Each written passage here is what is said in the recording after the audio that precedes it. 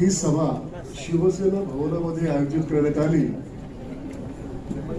त्यावेळेला माझ्याच काय बरेचसे सहकार्याने सांगितलं की तुम्ही शिवसेना भवनात जाणार। तर मी त्यांना सांगितलं की माझं व्यक्तिगत दुःख फार मोठं आहे, बऱ्याच लोकांना माहिती, पण माझ्या आणि आमच्या कुटुंबाच्या व्यक्तिगत दुःखापेक्षा देशाचं दुःख फार मोठं आहे। आणि ज्या अर्थी आपण इतके आंबेडकरवादी शिवसेना भवनामध्ये आलेलो आहोत, ते शिवसेना भवन बनलेलं आहे।